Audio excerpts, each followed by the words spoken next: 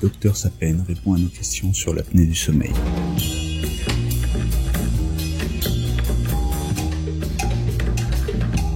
L'apnée du sommeil, ou plus exactement le syndrome d'apnée obstructive du sommeil, est une maladie respiratoire qui survient exclusivement pendant le sommeil. Elle est due à une fermeture répétée des voies respiratoires qui se situent au niveau du pharynx.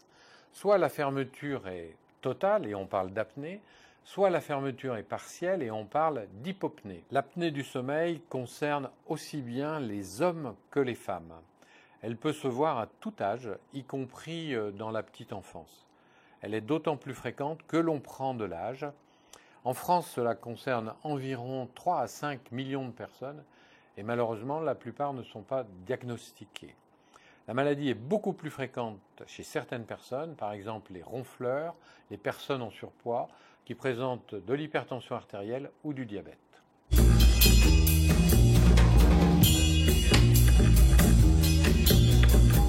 Les symptômes qui font évoquer l'apnée du sommeil sont nombreux.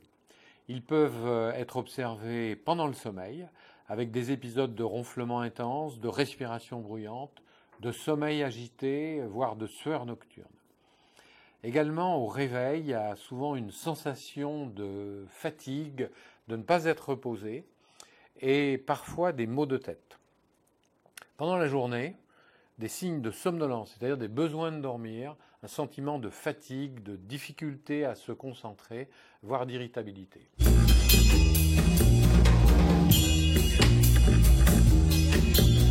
Lorsque l'on s'endort, il y a un relâchement musculaire, une perte du tonus, et qui est particulièrement important au niveau du pharynx chez les personnes qui présentent de l'apnée du sommeil. Du fait de ce relâchement musculaire, il y a une baisse du débit aérien, donc une baisse de l'oxygène dans le sang, progressivement, et des capteurs très sensibles envoient l'information au cerveau, comme quoi la respiration est arrêtée, et la seule façon de retrouver de la respiration, il faut retourner à l'état d'éveil. On va alors avoir des éveils de quelques secondes, qu'on appelle des micro-éveils respiratoires, qui vont être nombreux pendant la nuit, qui vont entraîner un sommeil fragmenté. Les conséquences de ces apnées du sommeil peuvent être immédiates. Par exemple, lors d'une chute importante du taux d'oxygène, un infarctus pendant la nuit. Mais elles sont le plus souvent à long terme, soit dues au manque de sommeil avec des phénomènes de somnolence, ce qui peut conduire à des accidents graves, particulièrement en conduite automobile, soit aux variations du taux d'oxygène dans le sang, qui peut induire des maladies métaboliques, comme le diabète, mais le plus souvent des maladies cardiaques, hypertension artérielle, infarctus, troubles du rythme. Et de découvertes plus récentes, également des maladies graisseuses du foie, voire des atteintes du nerf optique.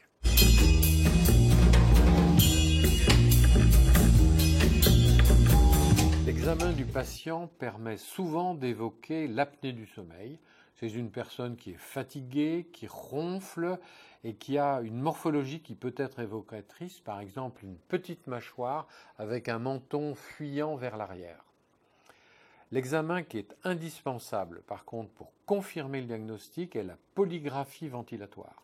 Celle-ci est réalisée le plus souvent en mode ambulatoire avec un appareil portable de type Holter.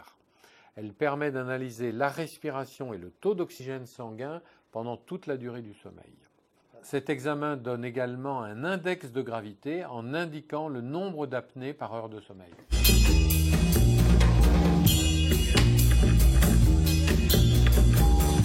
L'apnée du sommeil étant due à une fermeture des voies aériennes, le traitement est mécanique pour réouvrir les conduits aériens.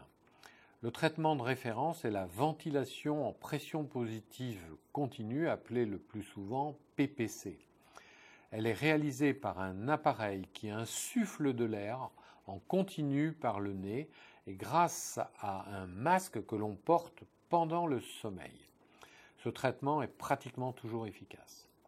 Un autre traitement, réservé à des formes en général moins sévères, est un appareil dentaire de nuit qui s'appelle orthèse d'avancée mandibulaire et qui permet d'avancer la mâchoire inférieure et ainsi d'ouvrir les voies aériennes qui se situent derrière la langue. Ces traitements sont le plus souvent accompagnés d'une prise en charge avec reprise de l'activité physique, voire une kinésithérapie spécialisée, et dans certains cas, modification du comportement alimentaire pour réduire le poids.